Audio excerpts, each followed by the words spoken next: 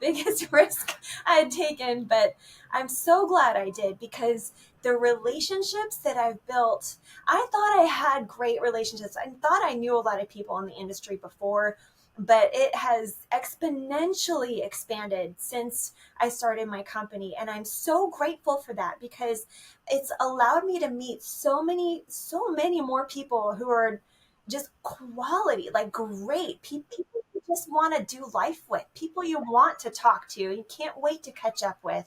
And those are my clients now. Like, so like I can't believe I'm working sometimes because I'm like, I just enjoy this so much. I enjoy connecting and helping and knowing that what I'm doing is making a difference for this business. As a business owner, I really, really appreciate being the broker that I wish I had in the past.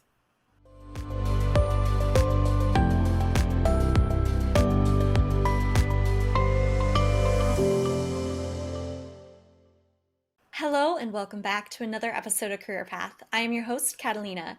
Today we will be discussing when life surprises you, thriving on an unexpected path. And I am super excited because I have a personal friend of mine joining us today for this discussion, the wonderful Katie Zugsay. Now, in addition to being one of the sweetest people I have ever met in my life, Katie is the founder and owner of Finexus Insurance Agency. And outside of work, she is an avid surfer. Katie, it is such a pleasure to have you on today. Thank you so much for joining me. Thanks for having me. Yeah, I'm excited to be. I've been looking forward to this for a long time. Excited to be on your channel. I'm so excited. Thank you. Okay, Katie, so let's get started by, can you tell us a little bit about yourself and how you get to where you are today? Sure. So I actually, and I hear this a lot. A lot of people say, like, I never thought I would be in the collection space. And so I have a similar story. I was planning on being a missionary, actually, a missionary nurse. And so I was just gonna, as soon as I graduated high school, I was just gonna go to Bible college, which I ended up doing just to get a foundation. And then I was gonna ship off to whatever country, whatever people group, wherever the need was the greatest. I was going to just pour my whole life out and just, administer whatever needed or teach or whatever. And that was going to be my full-time, full life job. And I was convinced I didn't even think of anything else. So while I was studying, just to finish out my undergrad degree, I was running cross country and I realized I would be a terrible nurse. I was in the cross country clinic and they had these little models of the joints and the ligaments in your feet and your ankles and everything, and even not even with blood or anything like that. And I got woozy just looking at those things. Just, I would be a terrible nurse. And the whole plan was to finish undergrad and go straight to nursing school and ship off. I was like, well, I don't really know what the plan's going to be, but I'm still going to just show up and I'm sure there's going to be a need and I'm just going to plug right into that need and go from there. And all the doors were just closing. It was strange. Like there was always a reason that I was disqualified or just not the right fit for the opportunities that I saw to go and help. So I was so discouraged by that. And just still, I was working at Bank of America at the time. And at the time, my attitude was just like, I'm not corporate material. Don't even learn my name. I'm just working here to just pay my way through school. And then I'm out. Like I'm, really not trying to stay here or build a career at all. And then 5, 6, 7 years in, I'm like, well, I guess I'm here. And it was right about the time that I was like, I guess I'm not going to be a missionary. I don't know what my plan is. And I graduated with, from undergrad with a communications degree. And I stumbled into an opportunity at the bank. So if anybody's worked at a bank before, they know they speak in acronyms. It's like the government in that sense, or the military. Yes. Everything is acronyms. And so I had just become a facilitator. So basically a corporate trainer. So I was training the new hire classes in the bank regs and customer service at a call center. And so there was just an all hands on deck call, and they needed all of the facilitators to consider going to this DDI course in Charlotte, North Carolina, which is like the Mecca of Bank of America, or at the time, maybe it still is. And I was like, well, I would love to travel on the bank's dime. So, okay. And so I was like, I'll go. And so I volunteered because I'm like, yeah, DDI, that's a statement retrieval system. I never got formal training on it, but I could train somebody on it. It's, pretty basic. And so I said, yeah, send me. And so they were like, are you sure? Do you have any formal, are you certified in DDI? I was like, no. So send me as a student and I'll get certified. And they're like, okay. So I show up in Charlotte and they put me up in this beautiful hotel and I find myself surrounded by people all my parents' age, and they're all senior vice presidents and at the top of their game in business and very corporate, very sophisticated and polished. And I'm wondering what in the world, I've made a terrible mistake. What am I doing here? What is this? This is not DDI. I don't know what this is. And so it was Development Dimensions International, which is an executive training course. And it was on the CEO at the time of Bank of America, had it on his to-do list to train the senior executives of each division, have the developers of DDI train each leader and have them train their divisions. And so they had all the right people there except for me. I was, I had no corporate training, nothing. Yeah. No experience to draw from. I certainly was not leading a division of any kind. I was miles from that. And so, so I went back to my hotel room that night and was just sobbing. Like, I don't know any way to succeed. I don't have any experience to draw from. I have no point of reference for this. What have I got myself into? And at that moment, a former friend of mine, a youth pastor that I had kind of lost touch with for a couple of years, called me and was just saying, you came to mind. I'm wondering what you're doing. How are you doing? What's going on? And I was just like, I'm about to fail. That's what I'm doing. And he just was like, no, like, I think this is, you're going to be fine. And so, here, and he just reminded me of the things that are true about the situation. He's like, write these down on a piece of paper and then wear something with pockets tomorrow. And so if you lose your nerve, just put your hands in your pockets and it'll remind you of, the things that you're going to need to remember just to stay calm and just have peace through this. And so I did. And I studied as much as I could. And I delivered the training right back to the developers and they signed off on me. And before I knew it, I was back in the call center at Bank of America in Dallas, where I was living at the time. And they had a session coming up just a couple weeks later of senior leaders and executives in the technology division. And would I be a co-leader of that session? And so I was like, well, as long as the person who's delivering that session is experienced, I'll just sit in the back and I'll just absorb. I'll just watch. I'll just be a little sponge. I'll just listen and watch, and then I'll learn and grow, because I'm just like Bambi back here. Like, I have no idea what I'm talking about or what I'm doing. And so it's fast forward to the conference, and it was just a couple minutes before the session was going to begin. So we're in a back room. I'm in a back room with the main speaker, and we're just flipping through the slides just to kind of review. And he's like, you can do this, right? Like, you could be the main speaker, right? And I was like, no, I'm not sure about that, but I will watch you and I'll learn from it. And he's like, no, that, I mean, I think you should know that you can do this. And so, yeah, we're going to do this. So on the first slide was our names, his in bold and then mine kind of in small little letters underneath. And he switched it.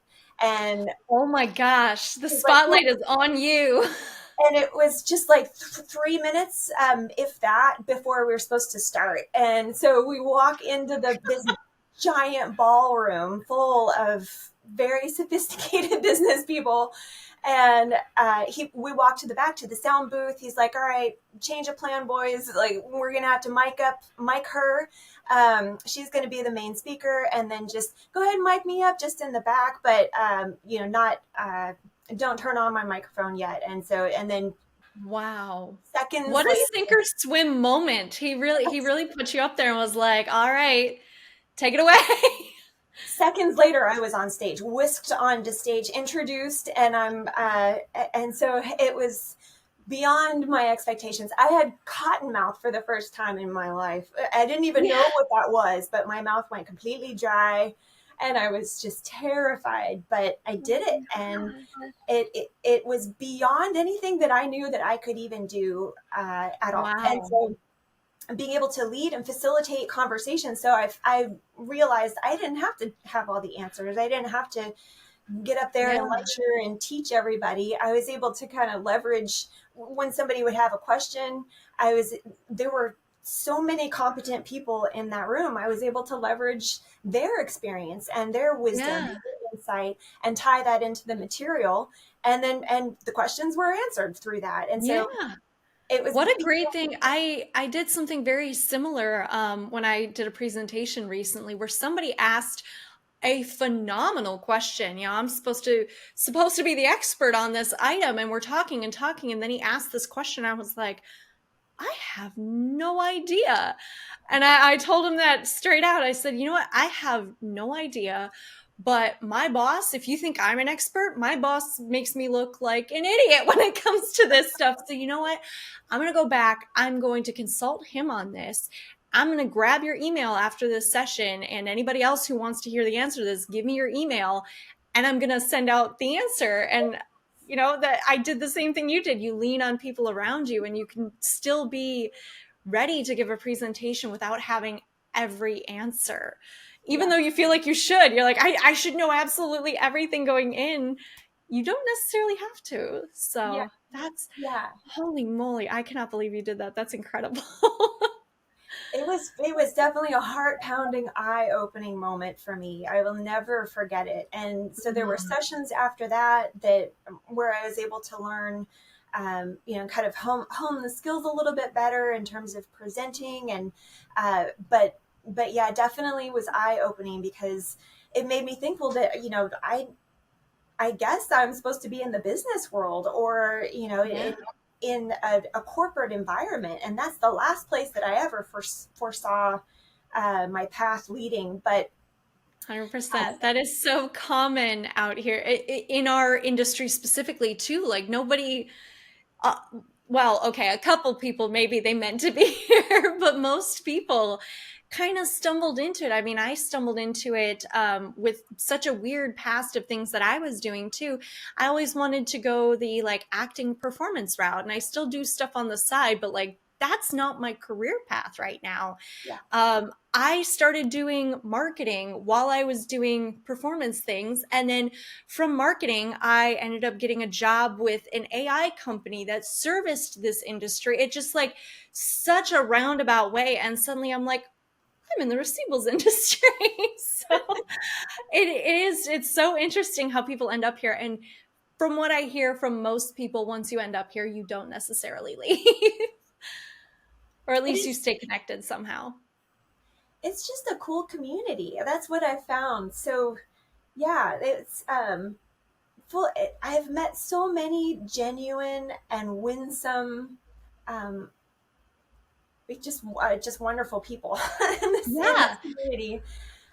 So, But can you yeah, share a little bit about how you went from, okay, maybe I belong in this corporate? So, it seems like you were kind of in the finance side of things, but then how did you get into the law side? so shortly after I started presenting DDI materials, I pretty much immediately was like, I probably need to catch my education up to these opportunities. I Mhm. want to get qualified to do these things sincerely. And so I applied for business school at the local university, which was Southern Methodist University. I lived just a few miles away from it, so it made the most sense. And I got in and I went to the orientation, and it just felt wrong to me. And it was like I swallowed a beehive. I felt very unsettled about it. And I was like that, and I can't explain it because it's very, it's a wonderful opportunity. It's a privilege to have been accepted into this program, but it just felt like it just wasn't my path. It was very interesting material already. They, even in the orientation, they were getting us exposed to certain ideas and new concepts, and it was very intriguing.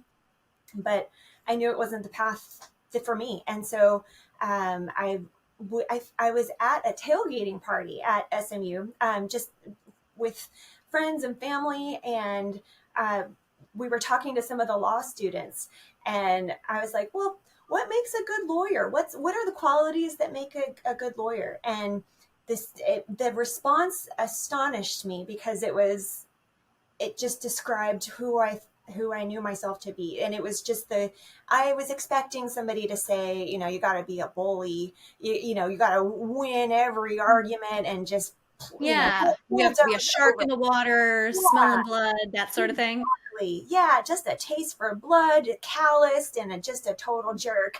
And instead, it was you have to be thoughtful, analytical, enjoy reading, and be able to keep a cool head whenever you're tossing ideas back and forth. Maybe in the heat of an argument or something, if you can keep a cool head and stay cerebral.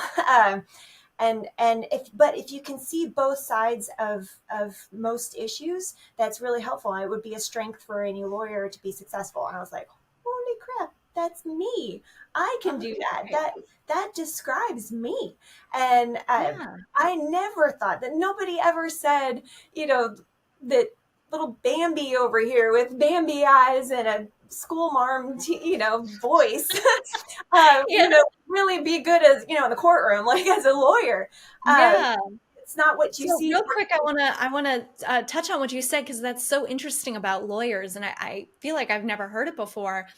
That duality of you need to see both sides all the time. That is so interesting. So does that come from a place of like you need to be able to play devil's advocate to counter opposition to your side? Like I'm curious to hear a little bit more about that.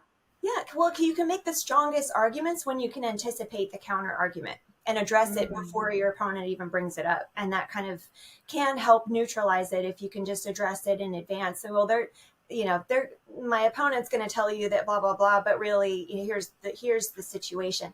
And then it automatically somewhat just discredits, what the other side may say, or if, it helps to be able to just anticipate the lay of the land or the argument. Yeah, and see things from all different sides instead of only coming at it from one angle. That's so cool. Okay, sorry. Got a little sidetracked right there. I was very interested. Yeah.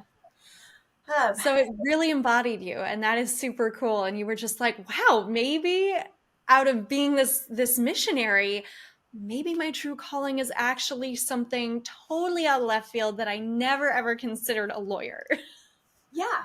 It was very astonishing. It was a very astonishing path. It took me a long time to get used to the fact that, okay, here I am. Now I'm a law student. Thought I was going to be a missionary. Here I am in the law library reading cases because I'm a law student. I was just pinching myself pretty often. But yeah, got through, but I graduated in 2011. And so there were almost no jobs waiting for us. Normally there would be, as graduates of SMU in Dallas, there's a little bit of nepotism, just enough where you can network your way into jobs fairly easily. But at the time there were jobs, but we were competing against graduates from Harvard Law, Yale Law, and everywhere else, because there were no jobs anywhere else. And so it was very tough. And so I was working at an employment law firm, but they didn't even need me. They just kept me on because they liked me. But just to answer phones and get coffee and help with some cases and get some good exposure to the courtroom, et cetera. I was able to sit second chair with a couple things, but for the most part, they just kept me on while I job searched, which was so kind. But a couple months went by and there wasn't anything. And then I got a call from Dina. She was then Dina Hatfield at SWC Group, just saying, we I have your resume, even though you didn't give it to me. And here's the situation. And I was like, what? That's awesome. Like, I had applied for an employment law firm out down in San Antonio, and it happened to be the law firm that they used for their employment practices, for as their employment counsel.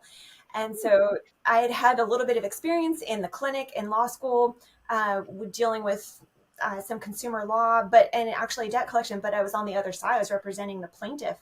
But she saw FDCPA on there and was like, here's your candidate. If you're looking to bring somebody in house, here's the perfect person. And it really was such a godsend. But immediate, I mean, it was amazing to be able to go in house right away, because my thought before was, okay, I'm going to work at a law firm, very long hours for a very long time. And then, eventually I'll come up and see the sunlight and I'll be able to go in house and work an 8 to 5 job. But before then, I'm prepared for the normal route, which was in my perception going to be just a grim existence of working 80, 100-hour weeks and just not really seeing the light of day very often. But that's life. And that was the normal route at that time for lawyers. And then after a while, you've built up enough time, you've done your time, and then you can go in-house. To get an opportunity to go straight in-house was beyond my expectations. And the fact that the hiring manager was saying, I didn't even want to sift through 1,000 resumes. I just want to talk to you. And there's a couple other people that they sent my way. That was incredible. And I was like, yeah, but I don't know yet. I don't know very much. I'm just a baby. Like, I'm a baby lawyer. I'm a new graduate. Just so you know, I want you to know I don't have much experience, although I know you can see that on my resume. And she's like, that's fine. We don't want anybody with bad habits. We want to teach you that. Negotiating. It's such a specialized industry. We you to negotiate against these plaintiffs' attorneys. So they didn't sue anybody. It was all defense, managing the defense for the company, and also responding to AG or BBB complaints as they came in, but just and also just advising on compliance. Yeah, so I'm very interested to hear how you felt, because we already talked about like getting into this industry is usually very roundabout and you don't necessarily expect it. But how did you feel when you first got into the industry? Because there tends to be a really bad reputation out there for the industry as a whole, which is kind of very sad because there's some of the nicest people in the world in this industry, and it's very friendly. It's not at all what people see. I watched the movie Confessions of a Shopaholic like yesterday or something, and they villainize people in Receivables.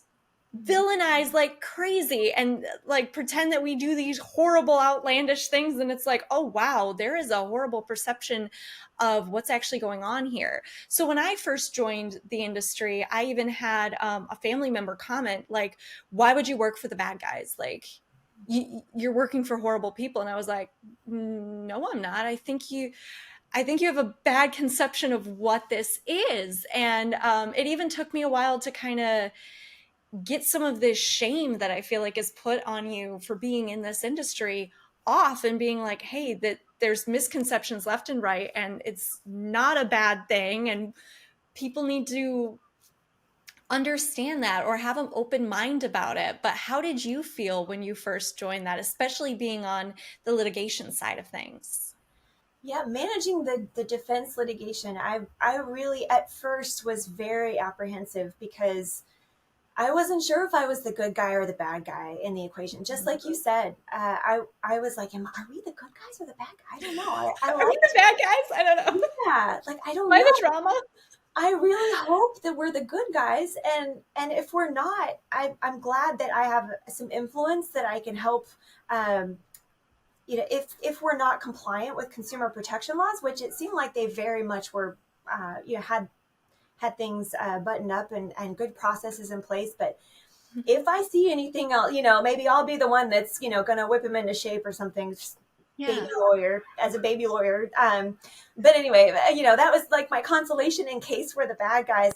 But it just didn't take long at all before I realized, like, no, these are great people and they are earnest, sincere in trying to help resolve these accounts. And if they're disputed, they're not trying to collect it. Like it was very, I knew right away that I was on the good side, and that a few dealings with some of the plaintiff's attorneys really confirmed that. I'll never forget, I was in the break room.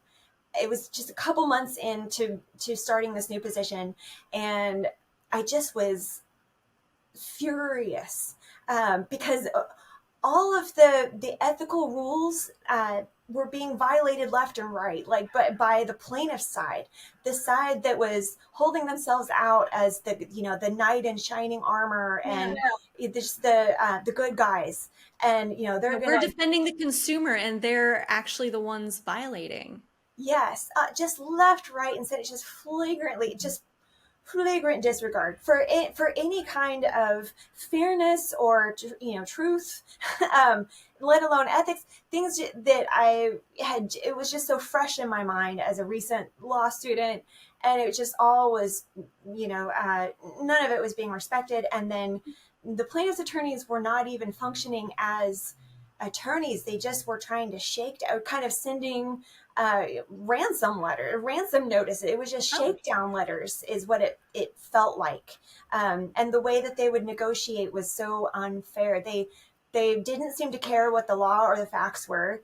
Or I mean, they would say the law, but they didn't seem to care what the facts really were. They just knew, you'll go bankrupt. Your company will go bankrupt if you tried to fight all of these. And so we're going to just throw anything at the wall that sticks and see what sticks. And it was so dishonorable. And I was, so all of that just dawned on me one day, just came to a head. And I was just like, I can't believe it. My head was just exploding. And Dina, who I was reporting to at the time, walked in, and I just started venting to her, like, they don't even care. The plaintiff's attorneys don't even care what the facts are. They just want money. And all they want to do is just horse trade and just negotiate about the dollars. And they don't even care what the law and the facts are. And she's like, welcome to the fight. Like, glad you could make it. Wow. She was like, I thought it would actually take longer because you have just kind of a gentle personality and everything. But yeah, you've got that fight. You've got the fire inside of you. You're going to do great here, kid.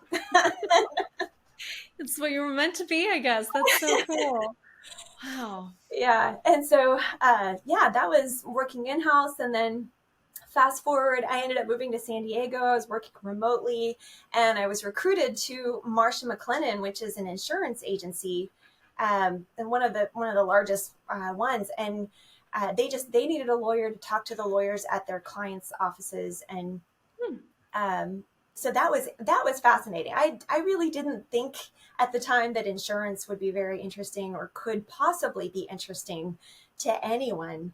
But it was fascinating. I just took to it right away. I thought it was very interesting, and I loved, just like, it felt like a cause when I was working at SWC Group, because I knew I was the line of defense for the good guys, that we were just being invaded by these false claims and frivolous, greedy attempts to steal money from an honest company is what the plaintiff's litigation felt like.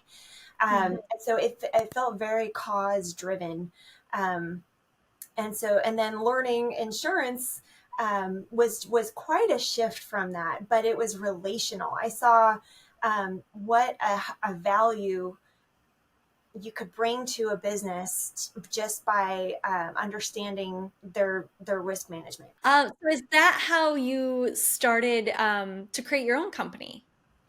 Yeah, so I ended up, so my position was eliminated at Marsh & McLennan. I was laid off because they needed more of an administrative role at the time. And so I ended up taking the California bar, and I passed, thank goodness, the first time, and did some traveling, and then was called back to SWC Group in a former role. And so uh, it was good to be back. It was good to be, back in the fight, and it was very familiar. I was drawing on all my old skills and everything, but I never forgot the insurance piece. I never forgot the value. I was inspired to become the broker that I didn't have when I was in house, because I didn't know. If I had known Ben Johnson of Cornerstone, then I probably wouldn't have been as inspired to start my own business, to be perfectly honest, because he really was the broker that I really needed. But aside from that, it's like just a total detour. But yeah, I was like, I would have loved to have had the level of service that the folks in my office at Marsh McLennan were giving. Granted, it was to other industries. That office did not understand collections, but they did understand other industries. And the way that they would partner with those companies so closely on almost a daily basis, just helping that company be successful. Like, very large publicly traded companies were relying very much on their insurance brokers on a very regular basis. They were just hand in hand working with their operations, their litigation teams, etc. And I thought, wow, that would have just been incredible. What an asset and a valuable partner that is to have. But collections is so specific, and so, and also insurance is very specific. It's just in a foreign language. And so I was yeah, right. Even for lawyers. I mean, it looks like it's legalese, but it's not legally. It has no basis in the English language almost. It just, right? Yeah, no, truly. Yeah. And so you have to have a broker who can decipher it for you in your language, which is in our case, collections, like to understand the risks, to understand what they need, what they don't need.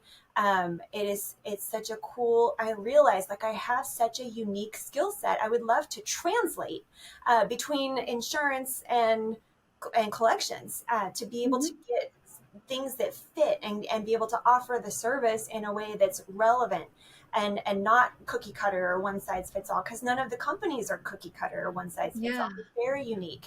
And so anyway, I was getting just really inspired by that idea and thinking, I'm just going to do it. I'm going to do it. And this was like your own way. Early February 2020. And I'm like, this is my year. It's going to, like so many people. Everything is going to be so great. Yeah, little did you know. Oh my gosh, what timing there. Oh, wow. Well, so I didn't launch. In February I was just like, really inspired. And then in March I was just like, nope, I'm good. I'm going to stay, and I have a job, and I'm really grateful for my job. And, but that was at a time, goodness, when, ACA was doing those wonderful huddles every day. And we were in the trenches together, trying to just keep up with the changing regulations every single day. And I remember thinking, there's no way I can leave my company right now. It would be a very disgraceful disservice to any company to just leave them in the lurch now, of all times. Like that, this does not seem like the time. And it doesn't really seem like a good time to take a risk of any kind during a global, crisis. But the months went by, and then I got approached by Lorraine Lyons, who is such a legend in the industry. And she was just letting me know that she had taken a break from the industry, which I had known, but she's coming back. And, could she help with anything and be of service to me in my general counsel role? And I was like, do you want my job? Because I've got this idea. I'm going to start a company. Yeah. Would you like no, really, would you like my job? Because I would feel great about leaving the company in your hands. It would be, frankly, such an upgrade. Because I respected her. I still do respect her so much. She has so much wisdom, and she's a fantastic lawyer. And and it worked out. I was like, this is it. This is the timing. The timing is perfect now, because we can transition her in. We've got, there's no deadlines. We've got a long runway. I can set up my business and transition Lorraine into this role, and it was just wonderful. And she ended up joining what was then Malone Frost Martin, but still, just she took over the role, and it was such a relief for me. And I was able, for the first time, to spread my own wings as an entrepreneur and kind of bet on myself in this industry. Oh, how awesome! Yeah, and see, is this going to work? I think it's a good idea, but is it going to work? I don't know. And so, yeah, it was very scary. It was certainly the biggest risk I had taken, but I'm so glad I did, because the relationships that I've built, I thought I had great relationships. I thought I knew a lot of people in the industry before, but it has exponentially expanded since I started my company. And I'm so grateful for that, because it's allowed me to meet so many more people who are just quality, like great people, Yeah, you just want to do life with, people you want to talk to, you can't wait to catch up with. that's And fantastic. those are my clients now. Like, so Mhm. I can't believe I'm working sometimes, because I'm like, I just enjoy this so much. I enjoy Mm. connecting and helping and knowing that what I'm doing is making a difference for this business. As a business owner, I really, really appreciate being the broker that I wish I had in the past. And you're truly thriving on that unexpected path that you Yeah. embody this entire topic. So, to recap, when life surprises you, I mean, you started with you had this goal and you found out you might not be suited for it. And then you found out, oh my gosh, maybe I'm good in corporate. And oh my gosh, maybe I'm more prepared for things and more ready than I thought I was. And then finding yourself as a law student and you never ever thought you would be there, and then from there being in collections law where you never thought you would be, and then finding out that hey, maybe it isn't the industry that I thought it was, or that social media and such says it is, and just all of these moments where you were surprised, surprised, surprised, and then you get to this final point where you thought one thing about the industry and starting your own business and everything, and it's even better than you originally thought. It's so cool. That is such an amazing path and an arc that I don't know if everybody can share one that's that unique, but my God, everybody's is unique. Everybody's is unique, but my goodness, I think you have a very, very special one here. And what I think is something that should be highlighted about your story in particular is the core message of who you were didn't change. It seems like you surprised yourself over and over again, and you managed to thrive in this unexpected path, but you thrived because who you are, which is somebody who has always wanted to be with people and help people, you found that in an area where you just didn't expect it, because that's what you're doing every day. You're still helping people, you're being with people, you're forming those relationships, just in an unexpected different career path, which is super cool. Yeah, I never But would have ever predicted that I would end up owning an insurance agency. And uh, no, never. I never in a million years. If I had a guess, if I had 500 guesses, I would not have hit on that. not even on your bingo card, not even there. But Katie, this is so incredible. Unfortunately, we're out of time. I want to thank you so much for sharing all about your experience and your career path. This was a fantastic discussion. Thank you. Thank you for having me. This my palms are so sweaty right now because I'm so uncomfortable with this is way out of my comfort zone to share such a personal journey, and my it's just a very, very personal story, and I'm such a private person. But when Katalina Dawson asked you to be on our channel, it's such an honor, and I was so thrilled to be able to have the chance to process some of my life story. Like it's not often that you can kind of look back and take inventory of your journey. As of course, it's all still being written, but it's thank you so much for having me. But I'm My just pleasure. like No, truly. And knowing that it's something that it is difficult for you to do and you stepped out of your comfort zone to come on here with me and share it. Oh my gosh, seriously, that is so incredible. You are such a brave person and you're continuing to surprise yourself. So it's incredible. Thank you, Katie. I hope maybe we can get on another time and talk about something else or get you on a different podcast. But to all of our listeners, if you have any questions or comments, please leave them below. We will try to get to all of them. For anybody who wants to connect with Katie, she is truly a fantastic person. You can find her on LinkedIn. And otherwise, we will see you all in the next episode.